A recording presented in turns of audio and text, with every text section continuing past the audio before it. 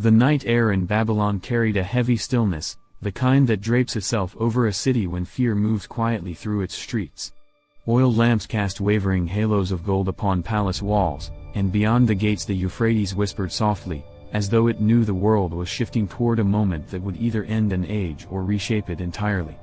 Inside the royal palace, where perfumed smoke curled above bronze braziers and murmured prayers pulled like ghosts, Alexander the Great lay motionless beneath thin linen sheets. Sweat clung to his skin, beads rolling down the ridges of a body that had weathered deserts, storms, and battlefields. The conqueror of the known world now lay subdued by something no enemy had achieved, a fever that gnawed at his spirit with merciless intensity. His breath came shallow at times, deeper at others, as though he were wrestling with an invisible tide pulling him between waking and oblivion. In his drifting consciousness, fragments of memory rose like embers from a dying fire.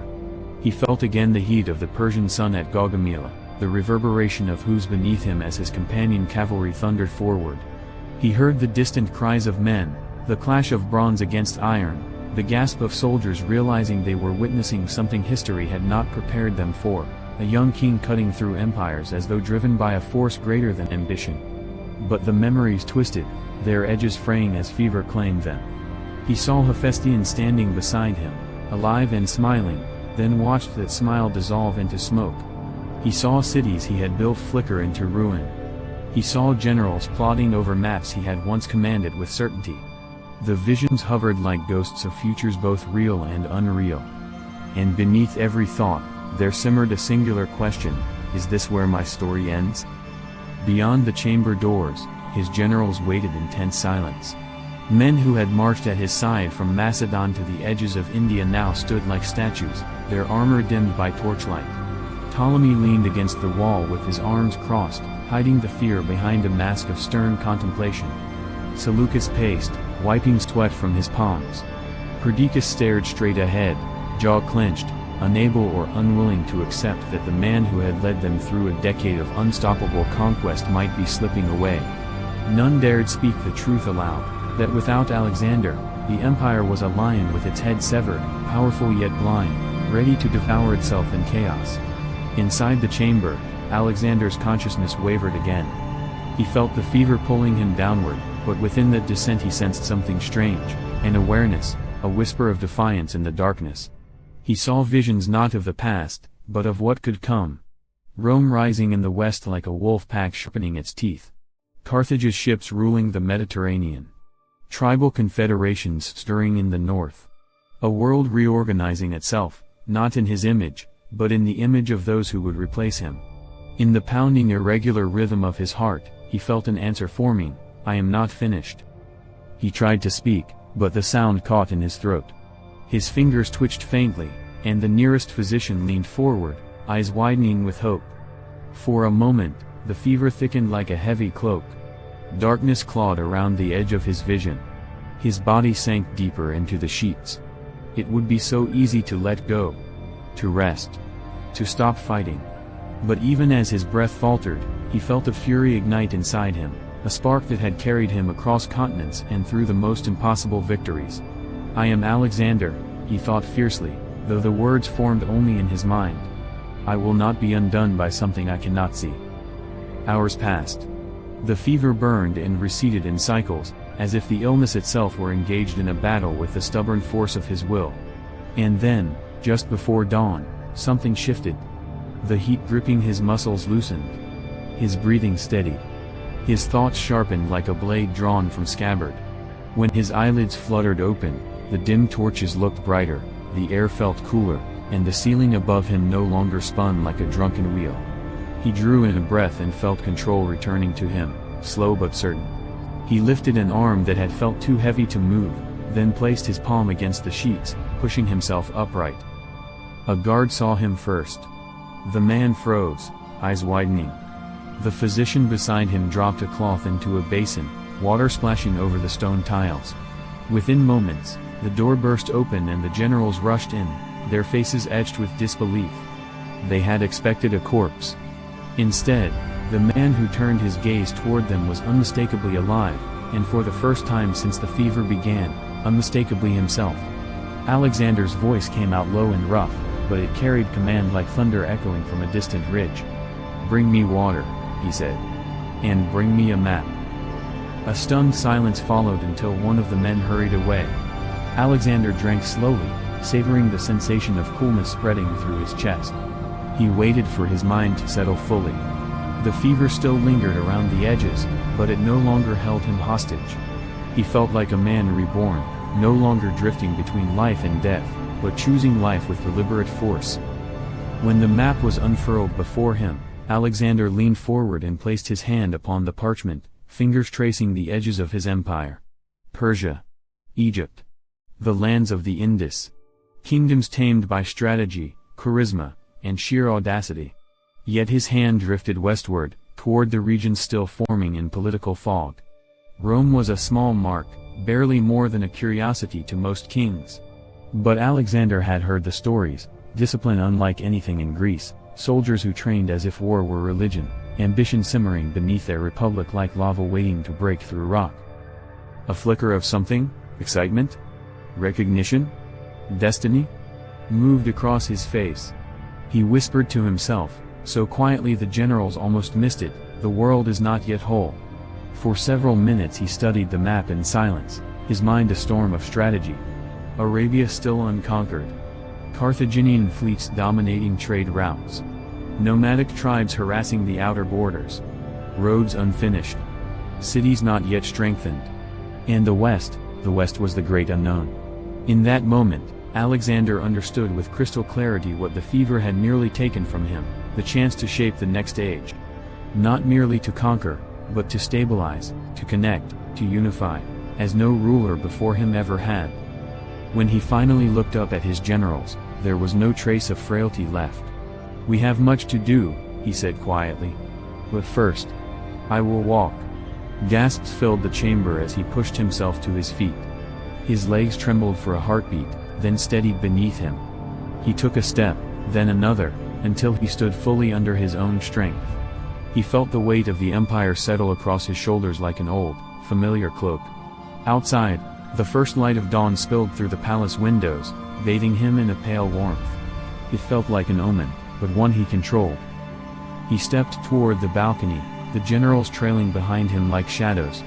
When he emerged into the cool morning air, Babylon stretched before him with all its color and noise. Markets were opening. Farmers led donkeys through narrow streets. Soldiers changed shifts at the gates. It was a living heart of the world, and without him, that heart would have slowed until the empire crumbled from within.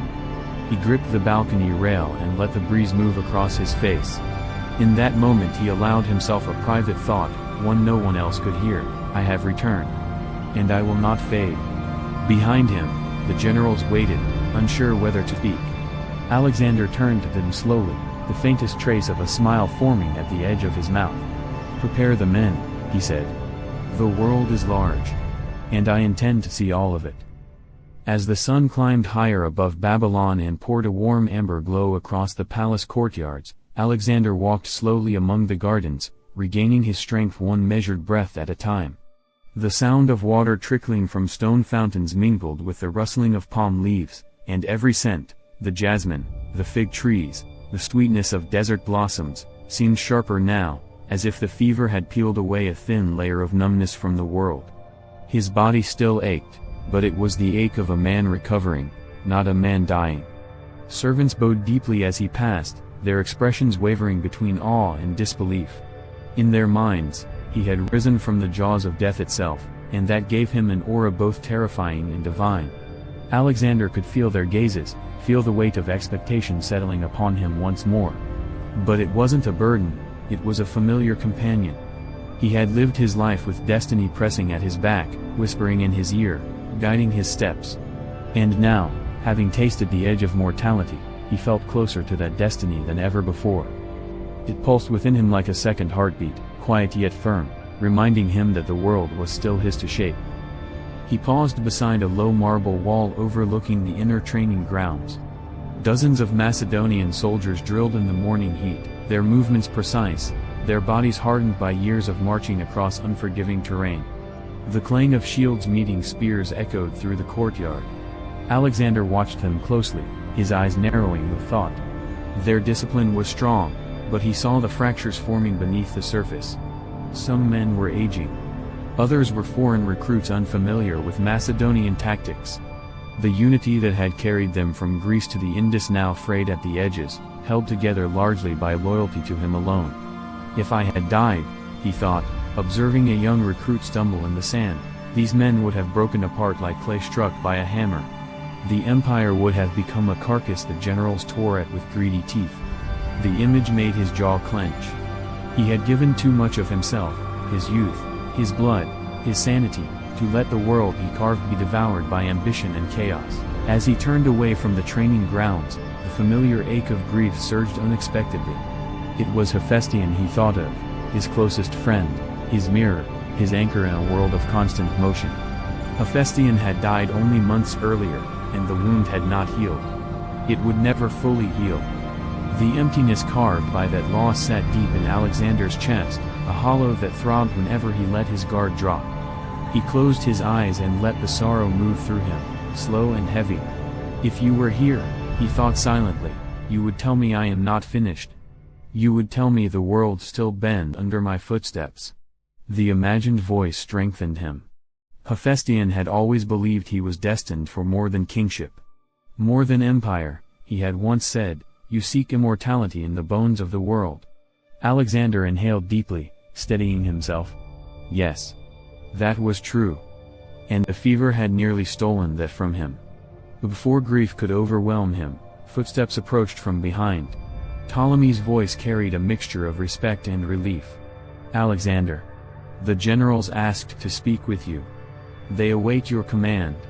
His tone hinted at uncertainty. None knew what direction Alexander would choose now that he had cheated death. Would he rest? Would he withdraw? Would he drive them into yet another decade of endless war? Alexander turned, straightened his shoulders, and nodded. Let them gather in the war room, he said. There is much to decide. When he entered the chamber, the map he had studied earlier still lay across the great wooden table, corners weighed down by carved bronze figurines. The generals stood scattered around it, their eyes following him with a mixture of awe and apprehension. Even now, perhaps especially now, he seemed larger than life, as though rising from near death had only magnified his presence. He did not sit. Instead he placed both hands on the table and studied the map once more. For a long moment he said nothing. The tension in the room grew like a tightening rope. Then, finally, he spoke. We will not fracture. We will not retreat. And we will not let the world slip into chaos. My fever has shown me what I refused to see, that our empire, though vast, is fragile. He lifted his head, eyes burning with clarity. We will strengthen it. A murmur rippled through the room. Alexander raised a hand to silence it. Arabia must fall under our banner, he continued.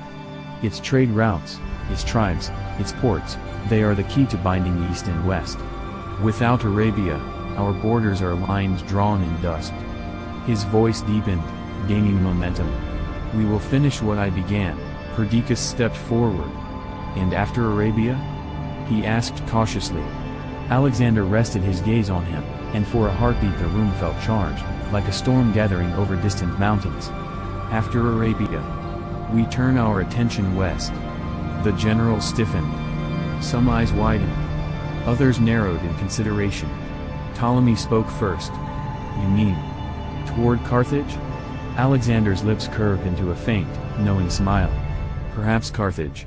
Perhaps beyond. His finger slid across the map, stopping over the small mark labeled Roma. This is beginning to stir. A republic with iron discipline. A people who move like soldiers even when they plow their fields. They will not remain small forever. Rome? Seleucus murmured with disbelief. Is hardly more than a city-state. And Macedon was once only a kingdom, Alexander replied calmly. Yet we now stand at the center of the world. A hush fell over the chamber. They understood. Not immediately, not fully, but enough. Alexander was seeing something they were not yet ready to imagine, the world 10, 20, 50 years ahead.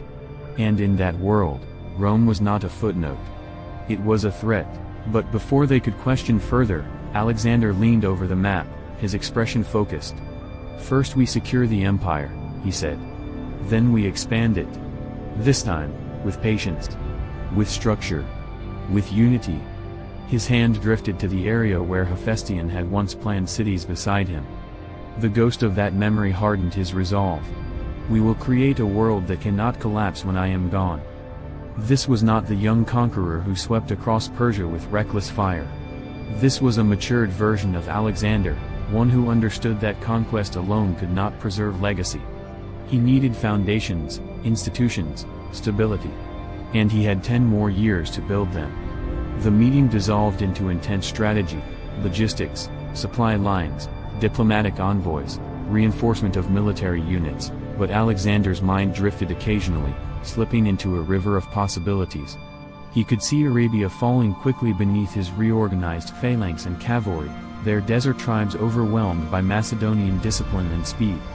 He saw new cities rising along the Red Sea, ports that would bind the Mediterranean to India. He saw roads, long and straight, stitching the empire like arteries feeding a living body. He saw Roman envoys watching, confused, uneasy, sensing that a force from the east was shifting the shape of the world in ways they did not yet understand. That afternoon, as his generals dispersed to prepare orders, Alexander retired briefly to his private quarters to rest. But sleep refused to claim him. His thoughts were too alive, too sharpened by near-death clarity. He lay still for a moment before rising again and walking toward the balcony overlooking the river. The sky glowed orange as the sun began its descent, casting rippling reflections across the Euphrates.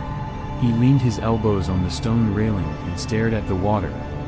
The river flowed steadily, neither rushing nor hesitating, slow, deliberate, ancient. It reminded him of his new mission, not a wildfire, but a tide. A force that reshapes continents not because it burns fast, but because it endures. "If I had 10 more years," he thought, the whisper almost prayer-like, "what could I build? What could I become?" A quiet voice answered him from within, soft yet certain, a legend greater than myth. He closed his eyes and let the warm breeze wash over him. The weight of the empire no longer felt like a burden. It felt like a purpose reclaimed. Tomorrow, he would begin preparing for Arabia. But tonight, he allowed himself a rare moment of stillness. Yet even in that stillness, his mind drifted toward war, its rhythm, its order, its artistry. He imagined leading the companion cavalry again, the wind whipping against his face, the ground trembling beneath hooves. He pictured the phalanx pivoting sharply on command, spears glinting like a forest of silver thorns. He could almost hear the pulse of battle in his veins, the part of him that would never be quiet as long as he drew breath. His inner voice murmured, "The world survives because men like me refuse to stop moving." And in that moment, Alexander understood something profound, something the fever had tried to hide from him. He was not finished conquering. He was just beginning to shape the future. The next morning broke gently over Babylon, the first soft light sliding across the palace walls like a whisper of gold. Alexander rose before the city fully stirred, his mind crisp and alert, as though the fever had burned away not only weakness but every unnecessary distraction. He stood for a long moment at his window, watching the faint mist coil above the river. There was a stillness to the dawn that reminded him of the quiet just before a battle, the suspended breath of the world, waiting for someone to take the first decisive step. He dressed simply, the weight of his armor unnecessary for the day's tasks, but he wore his kingly cloak draped over one shoulder, the unmistakable deep purple of Macedon. It was not for ceremony, it was for symbolism. His generals, his soldiers, his governors, everyone needed to see him moving with certainty again. Rumors had traveled fast, and whispers still threaded through the palace corridors, that Alexander had almost died, that the gods had chosen to spare him, that perhaps this was a sign, or a warning, or a rebirth. Let them whisper. He would turn their whispers into belief. After a brief meal, he moved through the palace toward the courtyard where emissaries, officers, and regional administrators awaited him. Their postures straightened instantly as they saw him approach, not just because he was alive, but because he walked with a purpose sharper than before. As he descended the steps, a realization struck many of them at once: this is not the same Alexander who led us through Persia. This is someone new, someone with a plan instead of a hunger. Alexander spent the early hours reorganizing the chain of command, assigning clear responsibilities with a precision that startled even his closest companions. He delegated more than he once would have, trusting capable men to handle regional matters. His past self might have tried to oversee everything personally, burning himself at both ends. But not now. Now he understood that an empire this vast needed more than his brilliance, it needed structure. By midday, the desert winds had begun to rise, carrying warm air through the palace halls. Alexander retreated to the airy war chamber, its high stone ceilings creating a vast echo that made every footstep feel monumental. He unrolled new maps, a series of parchment sheets depicting the Arabian Peninsula in painstaking detail. The geography had always fascinated him: endless sands, mountain ridges like the spines of ancient beasts, coastal towns that thrived on trade winds and tides. He traced his finger along the western coastline, envisioning ports that could stitch the Red Sea to Greece, Egypt, and India. He saw caravans winding through the interior, carrying spices and incense, luxury goods that could enrich the empire beyond measure. Arabia was not just a conquest. It was a bridge, a hinge upon which the empire's future could turn. As he leaned over the map, Hephaestion's old notes caught his eye, faint markings from years ago, suggesting possible naval routes. Alexander felt a twist in his chest, a bittersweet tug that made his breath tighten. He imagined Hephaestion standing beside him as he once had, making quiet observations, teasing him gently about his boundless ambition. You would have loved this, Alexander thought, closing his eyes. The next step. The great weaving of East and West. There was a moment where he nearly faltered, where grief threatened to unsteady the clarity he had gained. But he steadied himself. Loss, he realized, was not a void that consumed him. It was a compass. A reminder of the people whose belief in him formed the backbone of his destiny. Later that afternoon, Alexander walked among the troops again. The sun was harsh now, casting long shadows across the training grounds. Sweat glistened on armor and bare skin as soldiers practiced shield maneuvers, javelin throws, and formation drills. The sound of spear butts striking the packed earth echoed rhythmically. A circle of officers rushed to him, eager for direction, but Alexander lifted a hand. Not yet, he said softly. Let me watch. He stood at the edge of the training field, observing the men with a tactician's sharp eye. Their discipline pleased him, but he noted every flaw, the slight hesitation when new recruits rotated their shields, the uneven spacing between phalanx units, the fatigue etched into the older veterans. His mind began constructing solutions automatically. They need rest, he thought. But they also need purpose. A reason to believe the campaign ahead will define their legacy, not drain it. He approached the front line of trainees, his presence instantly electrifying the air. The men froze, their expressions shifting from exhaustion to alert reverence. Alexander walked slowly along the line, studying each face. Some were hardened Macedonian veterans. Others were young Persians eager to prove their loyalty. Others still were recruits from newly integrated satrapies, diverse, untested, but full of potential. He stopped beside a youth with trembling hands, barely old enough to hold a spear with confidence. "What is your name?" Alexander asked. "Timaeus, my lord." "And where do you come from?" "Susa, sire." Alexander studied him, his slight build, the nervous dart of his eyes, the way he clutched his spear too high on the shaft. "You are not here because you are strong," Alexander said gently. "You are here because you chose to stand among men who will one day help shape the world. Remember that. Strength grows.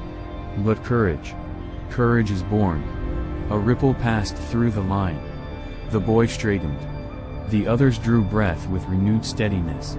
Alexander stepped back and raised his voice so all could hear. "In the coming years, your names will be spoken farther than you can imagine. But only if you commit, not just to victory, but to unity. This army is no longer Macedonian alone. It is the heart of a new world. A world we will shape together." A surge of emotion swept through the ranks, not merely pride, but something deeper, something stabilizing. The kind of feeling that binds men across cultures, across languages, across ambitions. Later, as he left the training field, Alexander felt something shift inside him. a restoration of his old fire, but tempered now by patience. He was no longer a young man determined to conquer everything before him all at once. He was a visionary shaping a world that would outlive him. That evening, the palace lanterns glowed softly, flickering against the sandstone walls. Alexander gathered his most trusted generals for a more intimate council: Ptolemy, Perdiccas, Seleucus, Nearchus, Craterus. They met in a smaller chamber, lit by oiled lamps and incense. The air smelled of cedar and warm spices, and the atmosphere was quieter, more contemplative than earlier. This time, Alexander did sit. His posture was relaxed but commanding, his gaze steady. "We begin with Arabia," he said, voice low but firm. But not recklessly. Not as a march of burning cities, but as a shaping of alliances where possible. We must understand the land, the tribes, the loyalties, the rivalries. Some will welcome prosperity. Others will resist. He leaned forward slightly. "For the first time in many years, we will not strike like lightning. We will move like the tide." Ptolemy nodded thoughtfully. "Then the first mission should be reconnaissance, political and geographic." "Yes," Alexander agreed. "I need reports on the terrain, the water sources, the local leaders, and the trade networks. Every detail. Every nuance. I want to understand Arabia as well as they do." Craterus frowned slightly. "Majesty, intelligence is useful, but diplomacy in those parts has failed many kings. The tribes do not respect foreign powers." Alexander smiled faintly, a spark of challenge in his eyes. "They will not see us as foreigners. They will see us as a force that offers more than tribute demands. We bring stability. Roads. Markets. Protection. Opportunity." His tone lowered. "A careful hand can open doors a sword cannot." There was a quiet shift in the room as the generals exchanged looks. This was not Alexander the relentless conqueror. This was Alexander the strategist, the statesman, the architect of a future that stretched much farther than the next battlefield. But that did not mean he had lost his edge. After a long pause, he added, "Make no mistake. If diplomacy fails, our phalanx and cavalry will remind them why the world already trembles at our approach." His gaze became distant again, focused on visions beyond the chamber walls, vast trade cities rising from the desert, naval fleets swarming the Red Sea, and, far in the west, a small but growing republic unaware that the greatest force in history now planned to reshape the world's horizon. As the council dispersed for the night, Alexander remained seated, lost in thought. The oil lamp flickered beside him, casting shadows across the map table. His fingers drifted absent-mindedly over the parchment, brushing across Persia, Egypt, India, and then the faint outline of Arabia. He whispered softly to himself, 10 more years. The idea felt larger than a life, larger than a man. It felt like fate itself had shifted, giving him one last chapter, one final chance to bind every victory he had won into a legacy that could withstand time. His inner voice spoke gently. "You have been given a second life. Use it as a builder, not just a conqueror." Alexander stood, extinguished the lamp, and walked slowly toward the balcony. The night sky stretched endlessly above Babylon, stars scattered like fragments of broken silver. A warm wind drifted across his face. For a long moment, he stared into the darkness, his mind completely still. Then, with quiet certainty, he whispered, "I will not waste this gift."